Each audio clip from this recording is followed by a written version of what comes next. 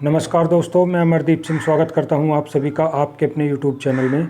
दोस्तों, आज की वीडियो में हम बात करेंगे यूपीएससी से सिविल सर्विस एग्जामिनेशन 2024 का नोटिफिकेशन आउट हो चुका है, उसके विषय में वीडियो है।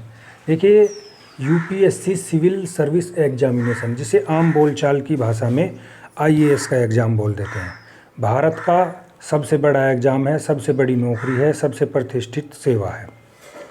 जिस तरह से पीसीएस में जो पीसीएस राज्य की सबसे बड़ी है, उसे पीसीएस यानी एसडीएम की सबसे बड़ी पोस्ट होती है, तो उसमें पीसीएस बोल देते हैं उस एग्ज़ाम को, लेकिन उसका नाम है अपर subordinate state service.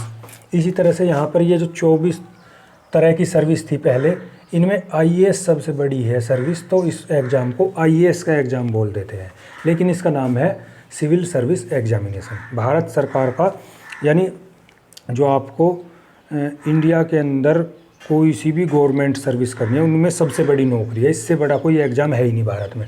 Total post कितनी है, तो जो प्रॉपर सिविल सर्विस एग्ज़ाम की है उसकी है 1056। 150 फॉरेस्ट सर्विस वाली हैं, तो टोटल मिला करके 1206 पोस्ट हैं। इसका एग्ज़ाम थोड़ा अलग है, एलिजिबिलिटी भी अलग है फॉरेस्ट सर्विस वाले की। एज आपकी, तो मैं जो यहाँ पर एज वगैरह बताता हूँ, ये जर्नल कैंडिडेट के हिसाब से बताता हूँ। 21 से 32 वर्ष है अगर कोई जनरल कैंडिडेट है। अटैम्प्ट कितने मिलते हैं, तो 6 अटैम्प्ट मिलते हैं जनरल कैंडिडेट को, ओबीसी को 9 और बाकी एससी एसटी को अनलिमिटेड है। एलिजिबिलिटी ग्रेजुएशन पास हो, परसेंटेज की कोई रिक्वायरमेंट नहीं है। आपने सिर्फ 33% ला करके अपनी ग्रेजुएशन कंप्लीट की हो तो आप इसका फॉर्म भर सकते हैं। ग्रेजुएशन में क्या किया है, तो कुछ भी किया हो, बीए किया हो, बीएससी किया हो, बीकॉम किया हो, बीटेक किया हो, एलएलबी, एमबीबीएस हो, आप डॉक्टर, बीसीए हो, एटसेट्रा, यानी उन्हें है सिर्फ ग्रेजुएशन डिग्री से मतलब। अब ये जो एमबीबीएस डॉक्टर हैं, ये भी उनकी नज़र में एक ग्रेजुएट पास है, क्योंकि बैचलर ऑफ मेडिसिन और बैचलर ऑफ साइंस या एलएलबी हो, कोई भी हो, सब बराबर हैं, ग्रेजुएशन पास हो आप। सैलरी क्या है, तो सैलरी इसमें लेवल 10 की 5600 ग्रेड पे, यानी इन हैंड 80,000 प्लस सैलरी है। लेकिन इतनी मिलती नहीं है। क्यों नहीं मिलती, क्योंकि इनके जो बाकी वो हैं, मान लीजिए आईएएस बन के आप एसडीएम लगते हैं, वैसे शुरुआत में तो 1-2-4 साल के बाद डीएम या कलेक्टर हो जाते हैं, तो उसमें इतनी फैसिलिटी है उन्हें, यानी बंगला है, गाड़ी वाड़ी वगैरह, ये सब एचआरए तो मिलेगा नहीं। जब इतना बड़ा बंगला कई एकड़ में मिल जाएगा तो वो सैलरी थोड़ी कम हो जाती है, लेकिन सैलरी से कोई फ़र्क नहीं पड़ता। एग्ज़ाम पैटर्न क्या है, प्री, मेंस और इंटरव्यू, 3 स्टेज का एग्ज़ाम है। प्री होगा 400 नंबर का, जिसमें 200 का जीएस का पेपर है, 200 का सीसेट का। तो जो जीएस वाला पेपर है उससे मेरिट बनेगी मेंस में बैठने के लिए। 1750 नंबर का मेंस होता है, इंटरव्यू 275 का। सिलेक्शन किससे होगा भाई, मेंस से 1750 से और इंटरव्यू से 275, तो 2025 नंबर से सिलेक्शन होता है मेरिट बन करके। अब इसमें कौन कौन सी पोस्ट होती है, एग्ज़ाम पैटर्न अभी मैं बताऊंगा प्री का और मेंस का, लेकिन इससे पहले देख लेते हैं सर्विस कौन कौन सी होती हैं। जैसे पीसीएस में पोस्ट होती है ना, पीसीएस किसी राज्य स्तर का है, सबसे बड़ा एग्ज़ाम ये भारत सरकार का या इंडिया लेवल पर सबसे बड़ा एग्ज़ाम है। तो जैसे पीसीएस में होती हैं एसडीएम है, डीएसपी है, आरटीओ है और बीएसए है, बीडीओ है। इसी तरह से इसमें भी सर्विस होती हैं। तो कौन सी सबसे बड़ी जो सर्विस है वो है आईएएस, यानी इंडियन एडमिनिस्ट्रेटिव सर्विस। इसके बाद आईपीएस, इंडियन पुलिस सर्विस। फिर ये आईएफएस, आईएफएस ये फॉरेस्ट सर्विस नहीं है, ये है इंडियन फॉरेन सर्विस, यानी विदेश सेवा। भाई आईएएस वाले डीएम समझ लीजिए, कलेक्टर। आईपीएस वाला एसपी समझ लीजिए, पुलिस का नहीं, बाकी जितनी भी ये सर्विस हो, जैसे अर्धसैनिक बल हैं, बीएसएफ, सीआरपीएफ, इनमें भी ये आईपीएस ऑफिसर ही होते हैं। आईआरएस, आईटी यानी इनकम टैक्स, ये है ग्रुप ए की सर्विस, और इनके आगे ग्रुप ए नहीं लिखा, क्योंकि ये जो 3 सर्विस हैं, आईएएस, आईपीएस और फॉरेस्ट सर्विस वाली, ये हैं अखिल भारतीय सर्विस, यानी ऑल इंडिया सर्विस। इसका मतलब क्या है, इसका मतलब ये है कि भर्ती तुम्हें करेगी सेंट्रल गवर्नमेंट और काम करना पड़ेगा राज्य सरकार के अधीन। ना तो आप सेंट्रल गवर्नमेंट के कर्मचारी, ना आप राज्य सरकार के। इसी तरह से है ये ऑल इंडिया सर्विस। इसके बाद ये सेंट्रल ग्रुप ए सर्विस है, जैसे Indian revenue service, income tax, IT, ये ग्रुप ए है। IRMS ग्रुप है। IRMS का मतलब क्या है? Indian railway management service. पहले 4-5 सर्विस हुआ करती थी, जैसे IRPS थी, Indian railway personal service, Indian railway account service, Indian railway account थी, पर्सनल थी, ट्रैफिक सर्विस थी। तो इन 3-4 सर्विस को मर्ज करके IRMS बना दिया, इंडियन रेलवे मैनेजमेंट सर्विस। इसी तरह से प्रीफ्रेंस भी रख सकते हैं, जिस तरह से मैंने यहाँ पर लिखा हुआ है। फिर IRS custom and indirect tax, Indian audit and account service, Indian civil account service, मतलब जितनी भी मिनिस्ट्री हैं भारत सरकार की उनका अकाउंट चेक करना। ये इसमें इंडियन डिफेंस अकाउंट सर्विस यानी डिफेंस के अकाउंट चेक करना।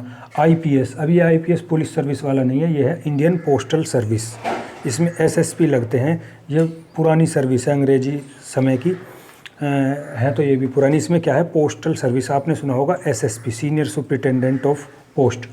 तो ये शुरुआत में ही कई ज़िलों के ऊपर का पद है ये SSP, और लगभग 2-2.5 हज़ार का स्टाफ आपके अंडर आ जाता है इसमें पोस्टल सर्विस वाले में। लेकिन सबसे ताकतवर तो IAS ही है इसमें। Indian civil corporate law service, Indian defence estate service, जितने भी कैंट होते हैं यानी Agra cantt, Meerut cantt, Ambala cantt, Delhi cantt, उसमें CEO चीफ एग्जीक्यूटिव ऑफिसर, ये IAS समझ लीजिए उसका एक छावनी का। Indian information service, Indian postal telegraph account and finance service, Indian railway protection force service group है यानी RPF है ये। इंडियन ट्रेड सर्विस ग्रुप है। इसके अलावा ये है AFHQ यानी armed force headquarter, army, air force और नेवी का जो हेडक्वार्टर है उसमें सेक्शन ऑफिसर लगते हैं, ये ग्रुप B की सर्विस है। डानिक्स, दिल्ली, अंडमान निकोबार, आइसलैंड, लक्षद्वीप, दादरा और नागर हवेली, दमन और दीव, जितनी भी हैं इनकी सिविल सर्विस यानी SDM लगते हैं वहाँ पर।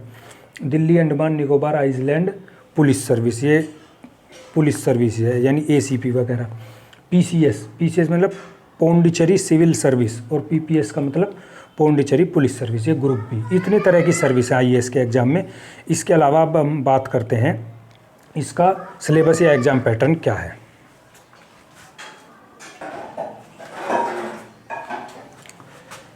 देखिए इसका एग्ज़ाम पैटर्न क्या है, ये मैंने बता दिया। प्री, मेंस और इंटरव्यू। तो प्री में क्या है? इसमें 2 पेपर होंगे, GS 1 और CSET का। GS में 200 मार्क्स का होगा और ये भी 200 मार्क्स का। ये जो CSET वाला है ये है क्वालिफाइंग, और मेरिट बनेगी ऊपर वाले से यानी GS 1 वाले से। 1/3 की होती है नेगेटिव मार्किंग, 2-2 घंटे के पेपर होते हैं। इसमें ये जो CSET वाला क्या है, इसमें कंप्रीहेंशन, इंटरपर्सनल स्किल और मैथ, रीजनिंग वही सब है। 33% लाने हैं, आप क्वालिफाई हो जाएंगे। और जो GS 1 है इसमें 7 टॉपिक हैं, history, geography, polity, economy, general science, environment और करंट अफेयर्स। इसके बाद जो मेंस का एग्ज़ाम है इसमें एक होगा लैंग्वेज का पेपर, यानी 22 भाषा जो हैं उनमें से कोई एक भाषा चुनिए, उसका पेपर होगा 300 मार्क्स का। इसके बाद फिर 22 भाषा जितनी भी संविधान में दी हुई हैं वो है। इसका हिंदी, इंग्लिश कोई भी चुन सकते हैं। इंग्लिश का पेपर होगा 300 मार्क्स का। अब ये जो 2 पेपर हैं ये मेरिट में, ये केवल क्वालिफाइंग है, ये मेरिट में काउंट नहीं होंगे। मेरिट में काउंट होंगे ये 7 पेपर। ऐसे 250 number, GS paper 1, GS paper 2, GS paper 3, GS 4, optional 1, optional 2। ये 17.5 नंबर, 1750 का हुआ मेंस और 275 का इंटरव्यू। तो 2025 नंबर में से मेरिट बनेगी। ऐसे तो ऐसे है ही। GS 1 में आएगा हिस्ट्री और ज्योग्राफी, GS 2 में पॉलिटी, GS 3 में इकोनॉमी और एनवायरनमेंट और साइंस एंड टेक्नोलॉजी, GS 4 में इथिक्स का पेपर है। ऑप्शनल क्या है तो लगभग 26, 27, 28 सब्जेक्टों की लिस्ट है, उनमें से कोई सा एक सब्जेक्ट चुनिए, उसके 2 पेपर होंगे, ऑप्शनल पेपर 1 और ऑप्शनल पेपर 2। ये सारा इसका एग्ज़ाम पैटर्न है सिविल सर्विस एग्जामिनेशन का। यदि वीडियो आपको पसंद आई हो, अच्छी लगी हो तो चैनल को सब्सक्राइब कर लें, और आपका कोई डाउट हो तो कमेंट में ज़रूर पूछिए। धन्यवाद दोस्तों।